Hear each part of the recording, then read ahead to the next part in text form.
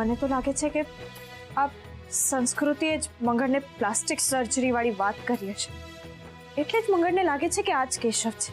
હા, એવું જ હશે. મંગળ, તારી ભાવના, તારી લાગણીઓ અમે સમજીએ છીએ, પણ એક વખત સાબિત તો થઈ જવા દે કે આ જ કેશવ છે. ચહેરો બદલાવાથી માણસ તો નથી બદલાઈ જતો ને. અરે ઐશ્વર્યા, કેન્સરમાં કેટલાય લોકોના ચહેરા બદલાઈ જાય છે, છતાં એમના ઘરવાળાનો એના પ્રત્યેનો પ્રેમ થોડી ઓછો થઈ જાય છે. મંગળ સાચું કહી રહ્યો છે. આ મારો ભાઈ કેશવ છે.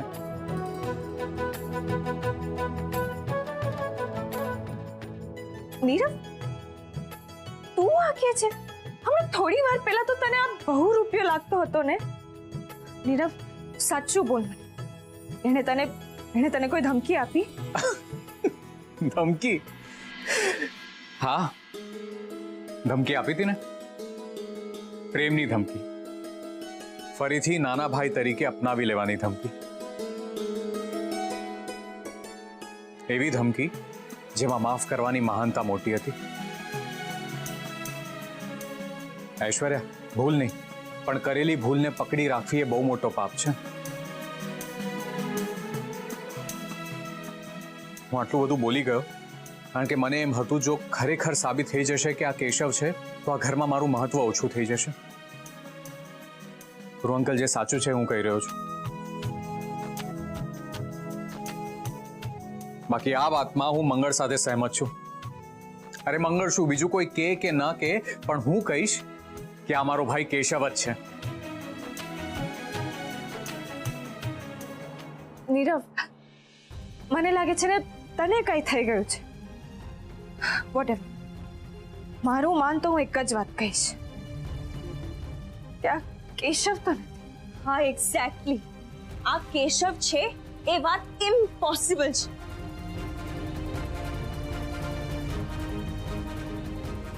જય દ્વારકાધીશ.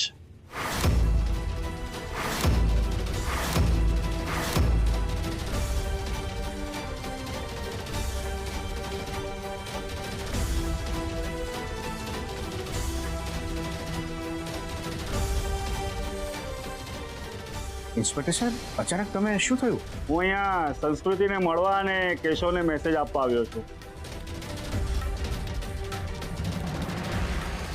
સંસ્કૃતિ, અમે અભિમન્યુને રિમાન્ડ પર લીધો અને એણે ગુનો કબૂલ કરી લીધો છે, અને એણે એ પણ કબૂલ કર્યું કે આ જ કેશવ છે.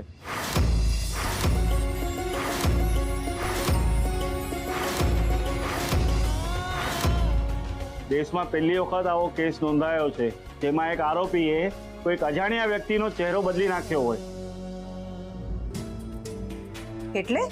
એટલે એમ કે અભિમન્યુ આચાર્યએ કબૂલ કરી લીધું છે કે એણે કેશવની પ્લાસ્ટિક સર્જરી કરીને માધવનો લુક આપ્યો હતો.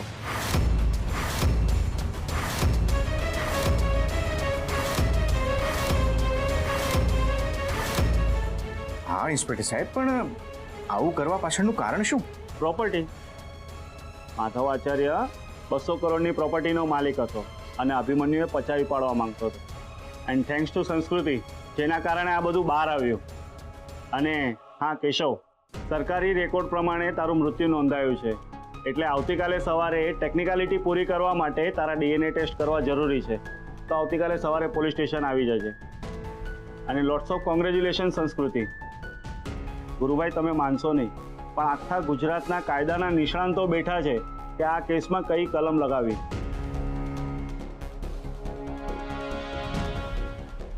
ચલો હવે હું રજા લો. જય દ્વારકાધીશ.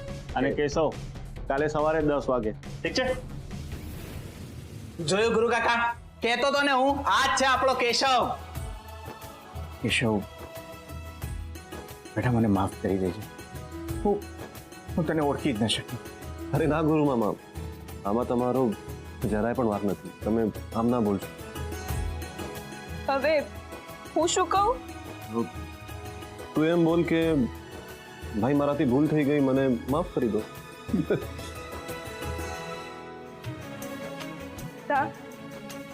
જરાય નહીં.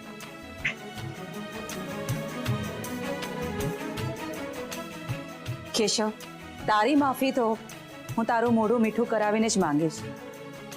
સંસ્કૃતિ, એટલું તો ચોક્કસ કહીશ કે આજે તારો વિશ્વાસ જીતી ગયો. ના શકુંતલા આંટી, અમારો પ્રેમ જીતી ગયો. આજે આટલા ખુશીના સમાચાર આપણને મળ્યા છે તો હું તમારા બધા માટે કંઈક સ્વીટ બનાવીને લઈ આવું છું. ચાલ ઐશ્વર્યા.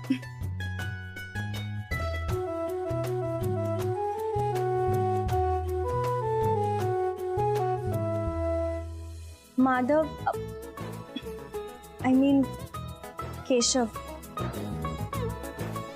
આજે મને પ્રેમનો સાચો અર્થ સમજાયો છે. ઓનેસ્ટલી સંસ્કૃતિ જ તમારા માટે બેસ્ટ છે. આઈ ગેસ મને તો ખાલી અટ્રેક્શન હતું જેને હું પ્રેમ સમજી બેઠી. હવે મારા માટે મારી લાઈફ, મારો પ્રેમ, મંગળ.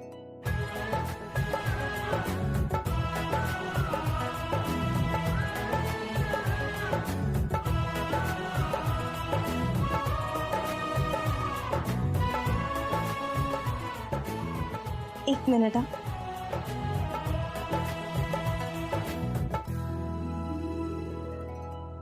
મંગળ,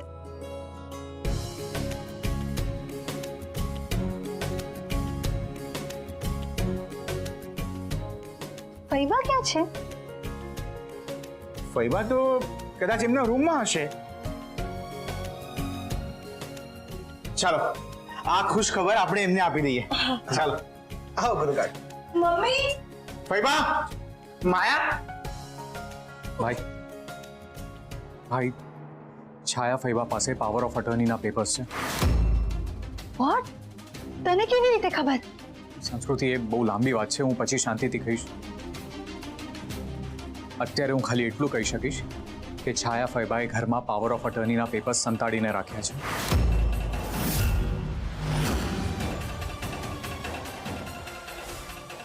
શની પાવર ઓફ અટર્ની? ખબર નહીં ભાઈ, પણ તમારે એ વાતનું ધ્યાન રાખવાનું છે કે એનું કોઈ મિસયુઝ ના થાય. ફૈબા,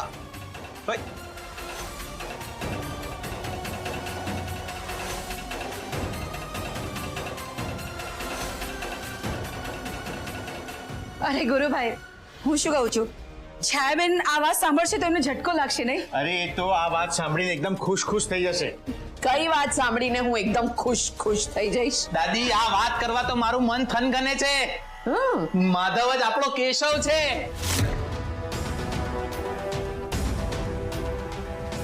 અચ્છા, એટલે આ ગાંડીએ તને વાર્તા વેચી નાખી, હે ને? ના ફૈબા, અરે સંસ્કૃતિ તો બોલીને થાકી ગઈ, પણ આપણે લોકો માન્યા જ નહીં. હમણાં ઇન્સ્પેક્ટર આવ્યા હતા. એમણે જ કીધું કે અભિમન્યુએ પોતાનો ગુનો સ્વીકારી લીધો છે. એણે એમ કીધું કે કેશવને પ્લાસ્ટિક સર્જરી કરાવીને એને માધવ બનાવ્યો તો પૈસા ખાતર. દાદી, તમે માનશો નહીં, આખું દ્વારકા ગોતે ચડી ગયું છે કે આ કેસને કયો કેસ માનવો. પ્રોપર્ટી માટે મર્ડર થાય, કિડનેપ થાય, આખો માણસ જ ચેન્જ થઈ જાય. અમારા ઘરના બધા ભોળા ભટ્ટ છે. અરે આ પેલા પોલીસ અને અભિમન્યુની ચાલ છે. આ માધવને કેશવ બનાવીને ગગન મહેલ અને દ્વારકા ફરસાણ હડપ કરવાની એ લોકોની ચાલ છે. ફૈબા, તમે ખોટી વાત નહીં કરો પ્લીઝ. હું ખોટું બોલું છું? ઠીક છે, તો સાચી વાત હું સામે લઈ આવું છું. ઉભો રે, બધા ઉભા રહો. બોધ.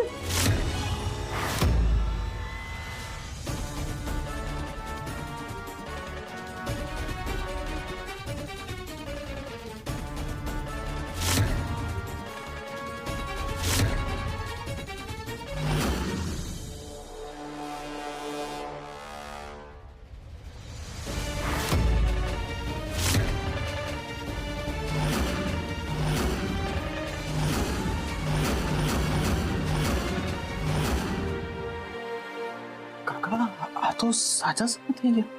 અરે અમને તો બોલવામાં પણ તકલીફ પડતી હતી ને આ તો ચાલતા આવી ગયા.